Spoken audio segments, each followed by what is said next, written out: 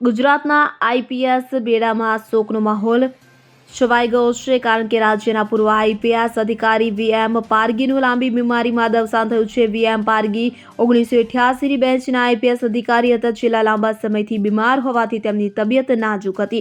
તેઓ additional director general of police તરીકે ફરજ બજાવી ચૂક્યા છે અને 2019માં તેઓ નિવૃત્ત થઈ ગયા હતા. ત્યારે વીએમ પારગીના નિધન પર ગુજરાતના ડીજીપીએ શોક વ્યક્ત કર્યો. ત્યારે જો વીએમ પારગી વિશે વાત કરવામાં આવે તો પૂર્વ આઈપીએસ અધિકારી વીએમ પારગી એ મહીસાગર જિલ્લાના સંતરામપુરના ખેડપા ગામના વતની હતા. વીએમ પારગી આદિવાસી સમાજનું ગૌરવ ગણાતા હતા.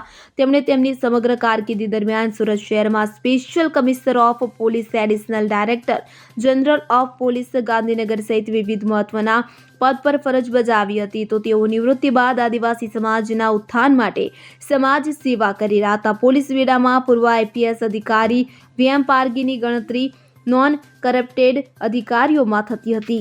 Bureau report CN24 news. હવે જુઓ દેશ દુનિયાની તમામ ખબરો તમારી આંગળીના ટેરવે.